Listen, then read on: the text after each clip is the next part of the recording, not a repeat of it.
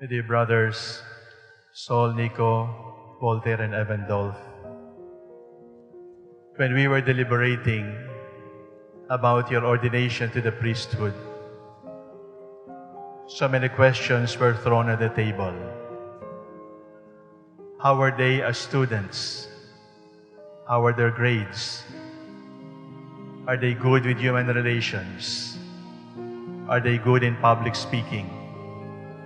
Are they on time for the prayers? Can they relate with the other seminarians well? How are they when they play basketball? How are they with the BECs? How are they? What are the best qualities that will qualify them for the priesthood? And then it dawned on me, all our questions were about your strengths. I think we need to ask the question, what are your weaknesses? And are you weak enough to become priests? You need to be weak in order to be priests.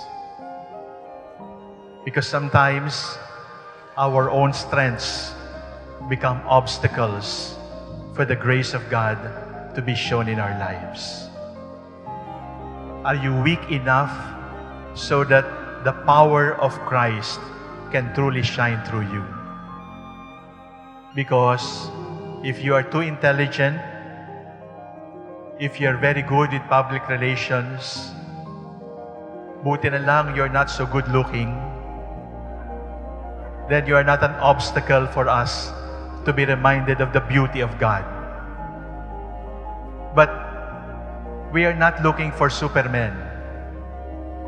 We are not looking for super seminarians. We looked for weak seminarians in whom the power, the strength of God can truly shine. You were called when you were weak. You were called when you were ugliest. You were called when you were at your worst. You were called when you were at your lowest. And this morning, do not dare to boast, because you were called because of your weaknesses. That those weaknesses made you even more lovable before the Lord. Where sin abounds, where weakness abounds, grace abounds all the more. Are you weak enough to be priests? Are you weak enough to rely solely on the grace of God? Are you weak enough to depend only on the mercy of God? We need you to acknowledge your weakness. Because all your strengths, all your high grades, all the good things people say about you, all of that are gifts from the Lord. Your weakness is totally yours, and your weakness is your gift to the Lord. And then we went further by asking, are they holy? Are they pious? Are they men of integrity? How is their character? How are they when no one is watching? Are they men of character? Are they men of integrity? In other words, is there no discrepancy between their public life and their private life? Is there no discrepancy between how they are alone and how they are in community? That is integrity. That is wholeness. But then, I gave up asking if you are holy and you are whole. I gave up asking if you are men of integrity and men of character. Because, brothers, we are not looking for angels. We are looking for men who can be priests. And therefore, my second question to ask is he broken enough to be a priest? Does he carry in his life enough brokenness so that God can make him whole? Because if there is not enough brokenness, there is not enough participation in the passion, in the dying of the Lord. We need you to be broken. And seminary formation is an exercise, is a formation in breaking and breaking and breaking until you are crushed. And when you are crushed, God will put you back, this time into a beautiful mosaic, so that you can become life givers for others. Today, you're going to break bread for the first time. Be careful with the breaking of the bread, because you're breaking the body of the Lord. And if you break the body of the Lord, you also promise the Lord, Lord, break me. I give you permission to break my body. Brothers, sometimes that breaking can come from our own foolishness, from the stupidity of sin, for playing with fire, for waltzing with temptations, saying, kaya ko to.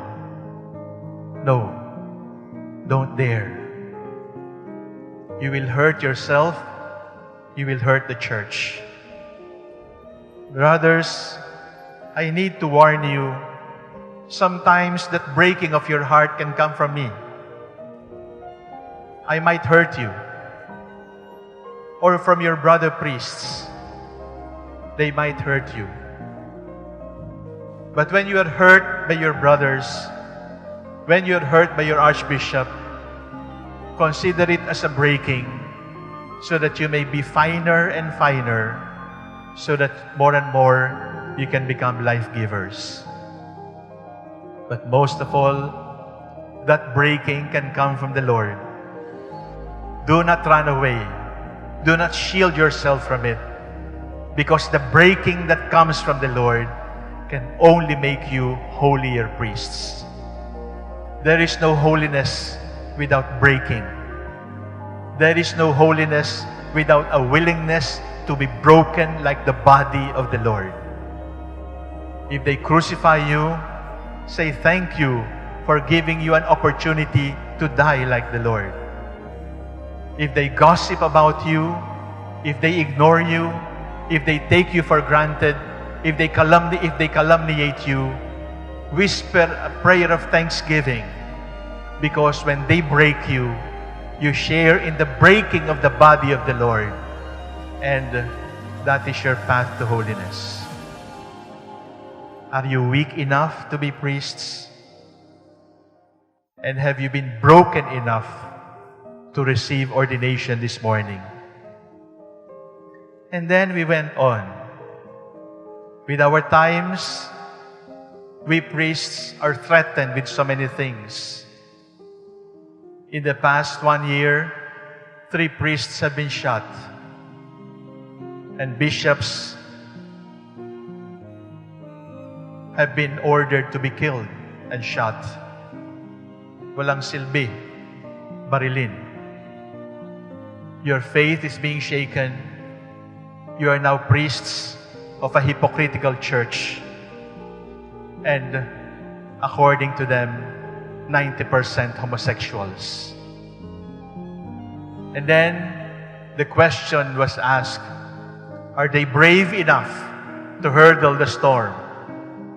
Are they brave enough to defend the faith? Or are they afraid? Are they cowards?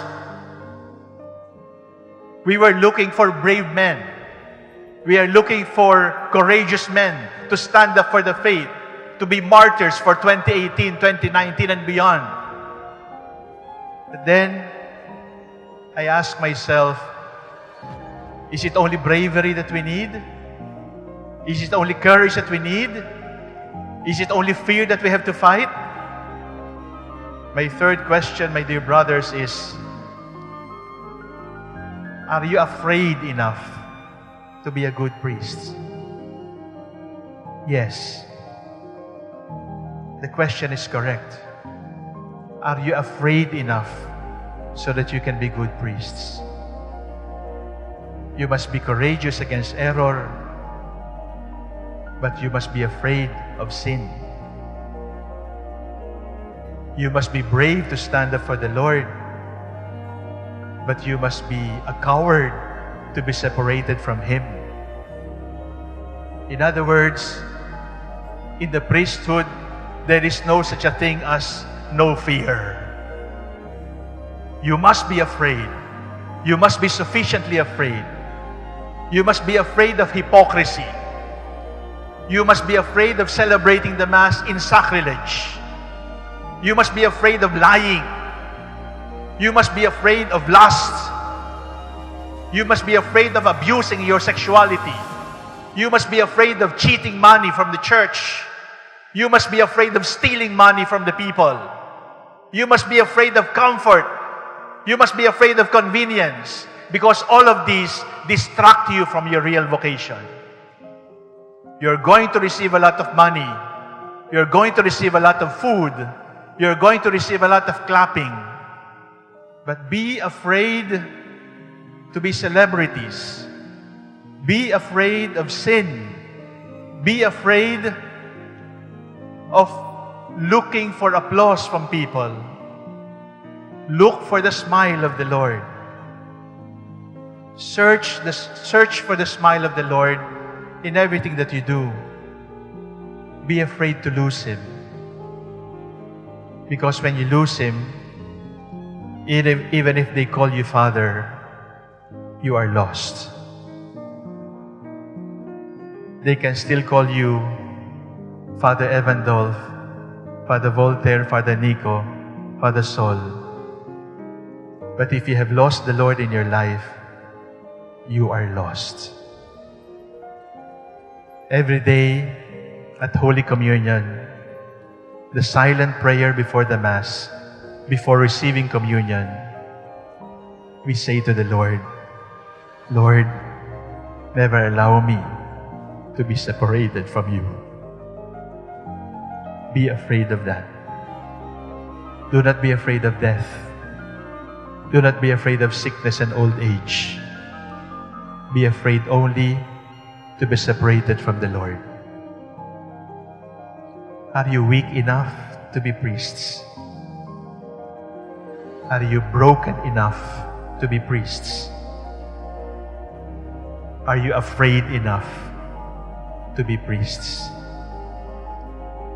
My dear sons, my dear brothers, how I wish I can promise you a life that is easy and always peaceful. How I wish I can promise you a life where no people will oppose you. A life of always a fulfilling ministry. But that would not be so.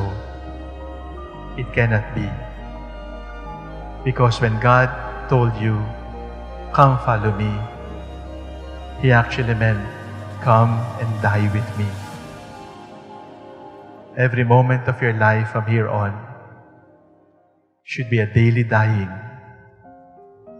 When you break the bread, say to the Lord, break me too.